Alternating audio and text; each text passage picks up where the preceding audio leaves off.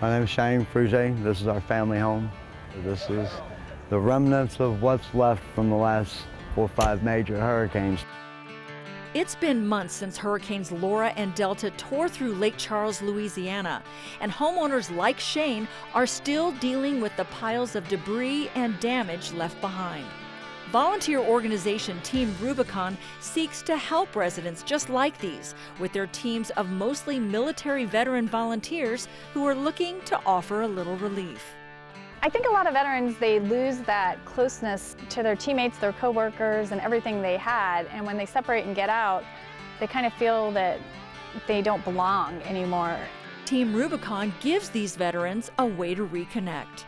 Although I am still serving and stuff, I've got the first responders that are also with us and the civilians, and we all integrate together and leverage each other's expertise. Because we said we were going to do it from the ladder. They call their volunteers gray shirts, and they aren't known by their rank, just their first names. Service comes up, rank almost never does.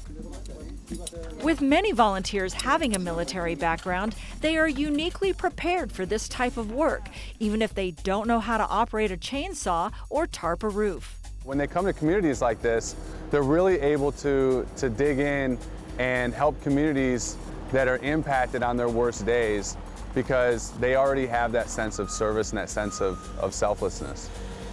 Many are regulars with Team Rubicon, and some are relatively new, like Mike, who just retired from 29 years in law enforcement. Being on the job so long, it's great to be a new guy again. It's fun to be starting over and learning stuff that I had no knowledge about.